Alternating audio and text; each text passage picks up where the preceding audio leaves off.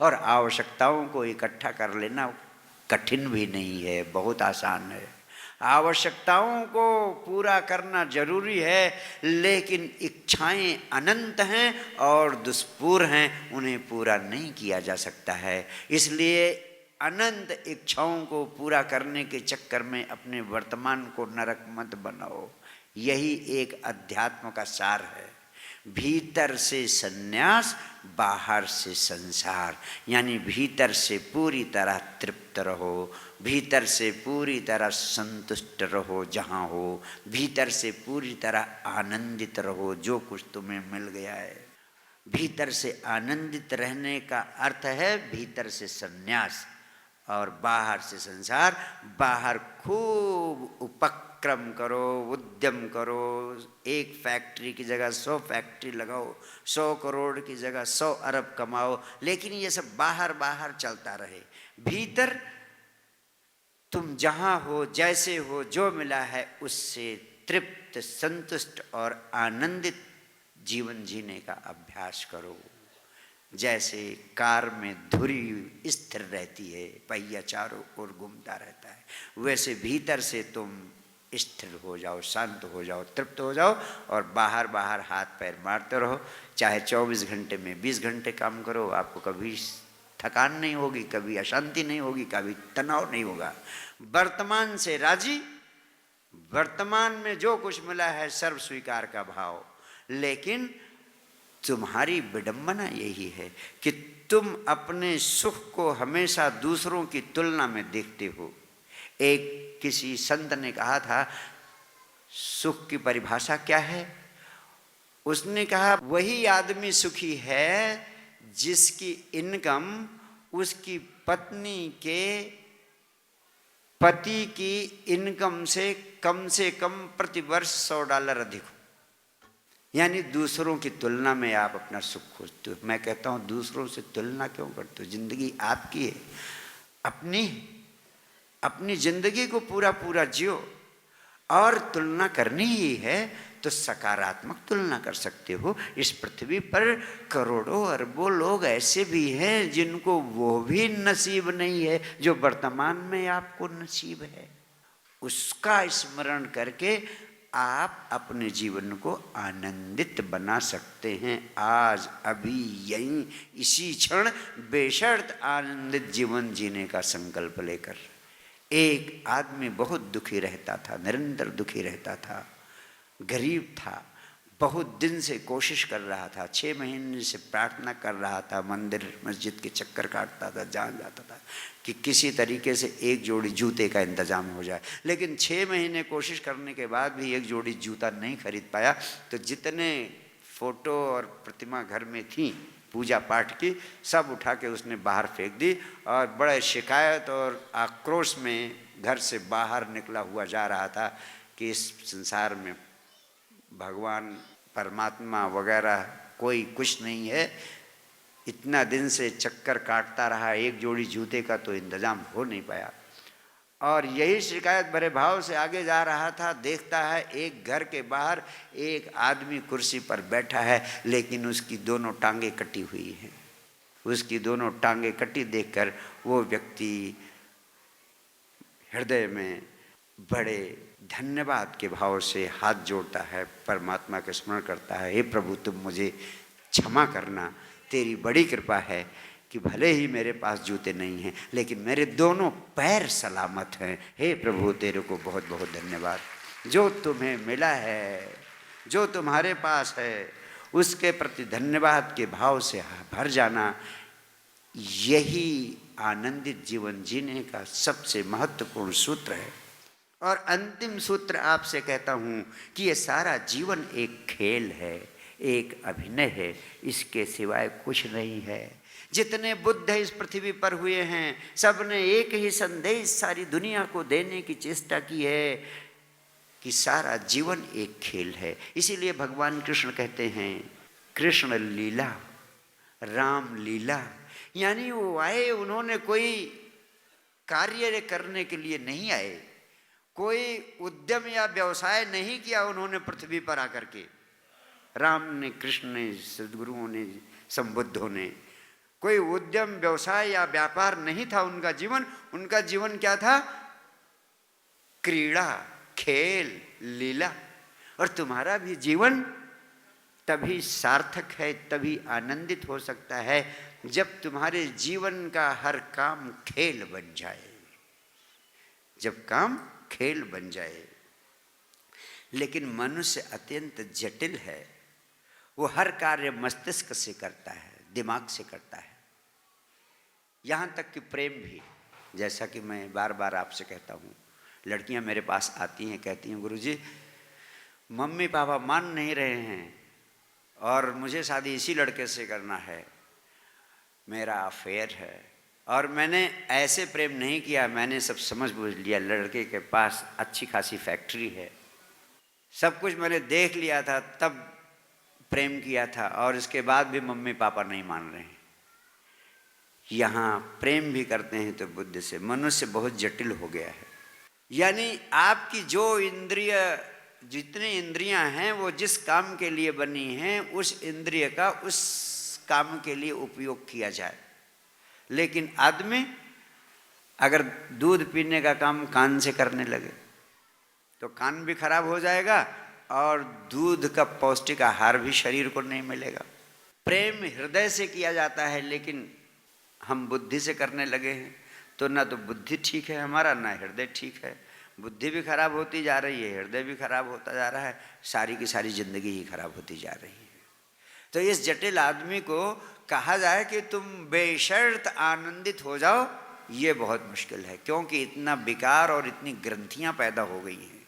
इन विकार और ग्रंथियों के रहते हुए तुम्हारे लिए बहुत कठिन है कि तुम सीधे आनंदित हो जाओ। अगर हो सको तो इससे बढ़िया कुछ नहीं, लेकिन अगर नहीं हो सकते हो तो उसके लिए भी संबुद्धों को, सद्गुरुओं को समय समय पर उपाय करना पड़ा है। ये तो सीधा मार्ग है जो अब तक मैंने बताया, बेशर्त आनंदित हो जाने का। लेकिन ये सीधे आपके भीतर इतनी ग्रंथियां हो गई हैं, इतने विकार हो गए हैं, इतना आपका शरीर और मस्तिष्क बोझिल हो गया है कि सीधे आनंदित हो पाना आपके लिए संभव नहीं है। सीधे हंसता हुआ जीवन जी पाना आपके लिए संभव नहीं है।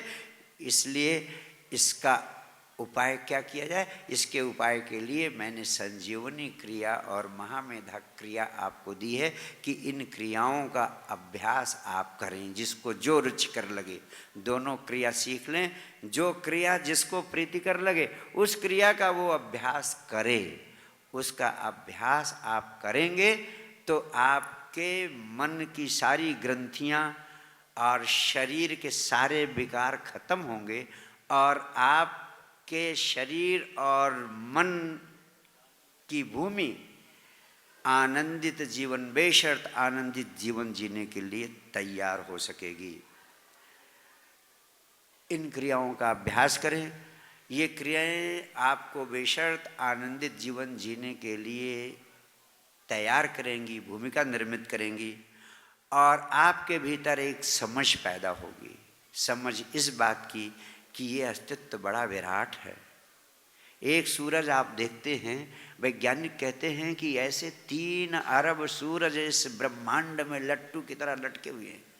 जैसे विराट महासागर में बुलबुले होते हैं, आप उसमें से एक बुलबुले जैसा आपका जीवन है। लेकिन आपकी अकड़ इतनी ज़्यादा है कि आप कहते हैं कि मैं तो बड़ा बुलबुला हूँ, बड़ा पैसे वाला हूँ, बड़ा धनवान बुलबुला हूँ। तुम भूल जाते हो कि बुलबुला ही तो है, छोटा या बड़ा अभी क्षण भर में फूट जाना है। अगर इतनी समझ तुम्हें आ जाए तो जिंदगी बोझ नहीं खेल बन जाएगी, जिंदगी काम नहीं क्रीड़ा बन जाएगी, जिंदगी व्यवसाय नहीं लीला बन जाएगी। तुम्हारा जीवन खेल बन जाए, तुम्हारे लिए लीला बन जाए।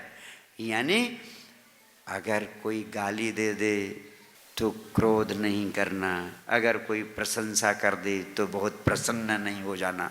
यानी सब स्थिति में समान बने रहना। गाली को भी खेल, प्रशंसा को भी खेल। जो खेल समझ लेता है उसके जिंदगी से अहंकार खत्म होने लगता है, अहंकार विसर्जित होने लगता है। जैसे माँ है, माँ एक बच्चे को जन्म देती है। अगर माँ ये सोचे कि देखिए मैंने कितना बड़ा काम किया, मैंने इस बच्चे को जन्म दिया, माँ उस समय कर्ता बन जाती है।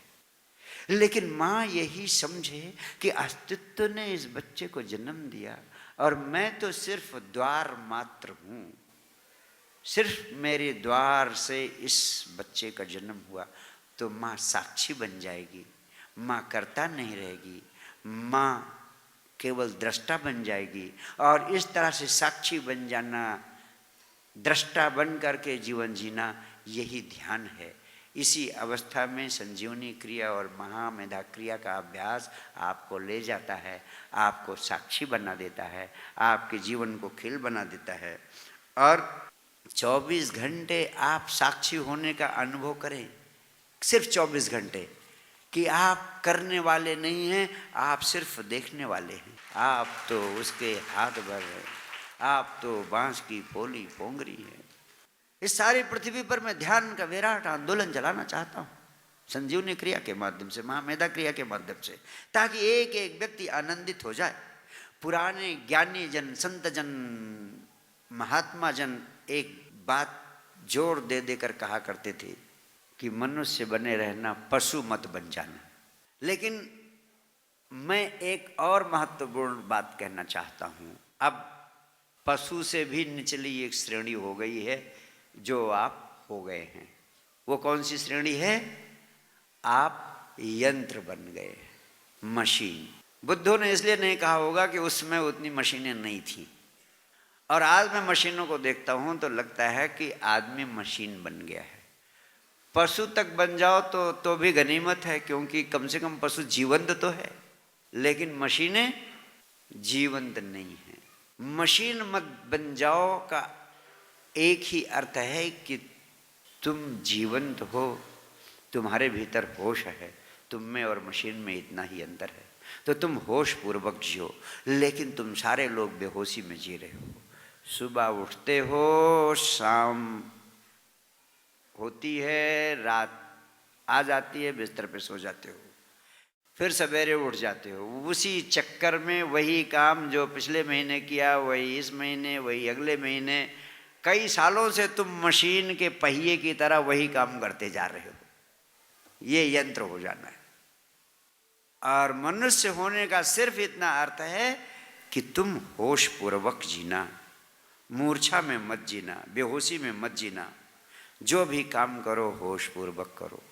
मुंह से एक शब्द निकालो तो होश में निकालो कि ये निकालना ठीक है कि नहीं, इससे किसी दूसरे को तकलीफ तो नहीं होगी। बस इतना होश बना रहे तुम्हें। जो बोलो होश में बोलो, जिधर जाओ होश में जाओ, चलो होश में, खाओ होश में, पियो होश में। लेकिन तुम बेहोशी में खाना खाते नहीं हो, खाना गटक जाते हो। खाने का स्वाद तुम्हारे प्राणों में नहीं बढ़ता। तुम पानी का स्वाद कभी नहीं अनुभव कर पाते हो। पानी भी मुंह में डाले और गले से नीचे गटक गए। पानी तुम्हारे प्राणों में नहीं भरता है, सिर्फ गटक जाता है। जो करो रोए रोए से, पूरे प्राणों से उसमें डूब कर करो, तो वर्तमान में जियोगे। और वर्तमान में जियोगे, वर्तमान में जीना ही आनंद में जीना है। जिस काम को करो होश पूर्वक करो, यही ध्यान है। ध्यान का अर्थ समझ में आ जाए तो ध्यान करने की जरूरत नहीं पड़ती है। ध्यान में अपने आप पहुंच लिया जाता है, ध्यान में पहुंचा जाता है, ध्यान में हुआ जाता है।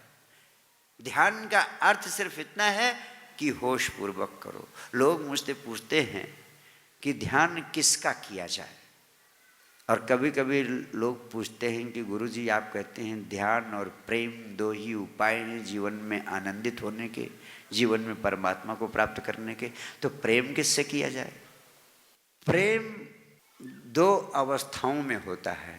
एक लव एज रिलेशनशिप, प्रेम एक संबंध के रूप में। दूसरा love as state of mind, प्रेम मन की अवस्था के रूप में। हम सारे लोग प्रेम का सच्चा स्वाद पूरी जिंदगी में नहीं पाते हैं। क्यों? क्योंकि हम प्रेम को एक संबंध के रूप में देखते हैं। जैसे आप कहते हैं कि मैं मोहिनी से प्रेम करता हूँ। अब अगर आप मोहिनी से प्रेम करते हैं, एक व्यक्ति विशेष से प्रेम करते हैं, तो शेष लोगों के प्रति या तो आप प्रेमहीन होंगे या घृणा से भरे होंगे। दोनों ही अवस्था ठीक नहीं है।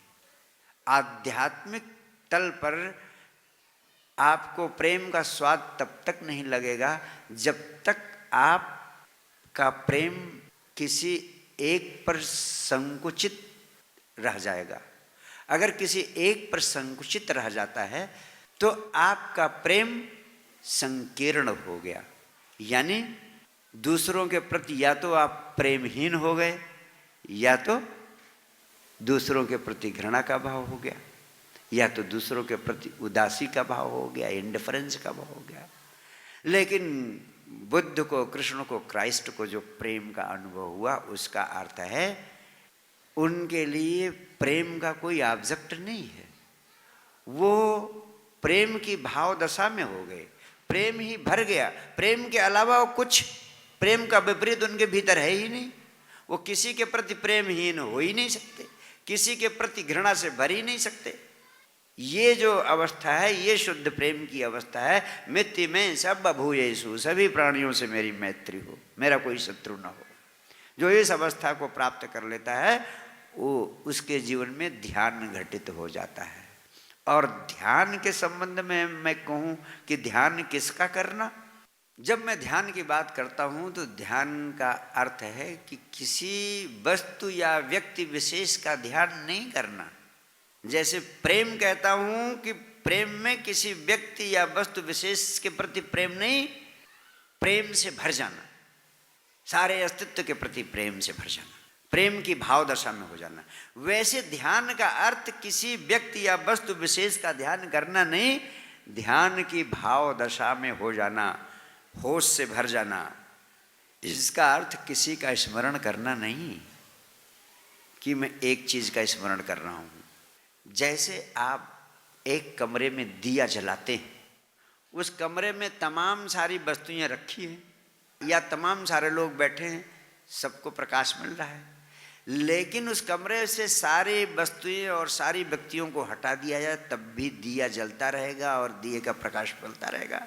वैसे अपने चित्त से सभी विषयों को हटा दिया जाए, कोई भी ऑब्जेक्ट रह ही न जाए और चेतना का दिया अकेला जलता रहे, ये ध्यान की अवस्था है।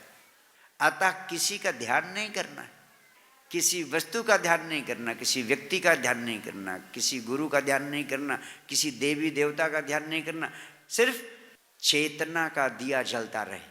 अब आप कहेंगे गुरुजी जब आप ध्यान का अभ्यास कराते हैं तो कभी कहते हैं आंख बंद करके हृदय केंद्र पर ध्यान ले जाएं, अपनी चेतना को हृदय केंद्र पर ले जाएं।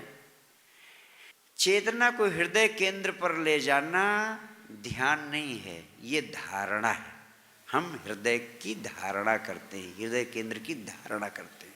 या जब मैं कहते हैं आज्ञा चक्र पर ध्यान ले जाएं, तो किसी चक्र पर चेतना को ले जाना उस ध्यान नहीं है, वो उस चक्र की धारणा करना है, उस चक्र पर केंद्रित होना है। फिर ध्यान क्या हुआ, जब आप किसी बिंदु पर धारणा करते हैं तो धीरे धीरे धीरे धीरे धीरे धीरे करते करते वह धारणा का बिंदु भी विलीन हो जाता है। ये हृदय केंद्र भी कुछ दिन आप अभ्यास करेंगे, हृदय केंद्र की धारणा करेंगे बंद आँखों से, तो जब आपका अभ्यास हो जाएगा 40 से 90 दिन के बीच में, तो फिर हृदय केंद्र दिखाई नहीं पड़ेगा आपको। वैसे ही आपकी चेतना का दिया जलता रहेगा, जैसे कि कमरे में दिया जलता रहे और कोई वस्तु और व्यक्ति उस कमरे में ना रहे।